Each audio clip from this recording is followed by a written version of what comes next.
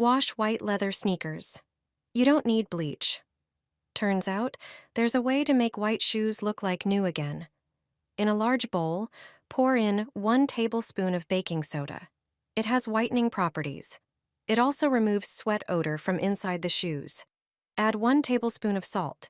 It's a great cleaning and disinfecting agent. Then, add 1 tablespoon of regular laundry detergent.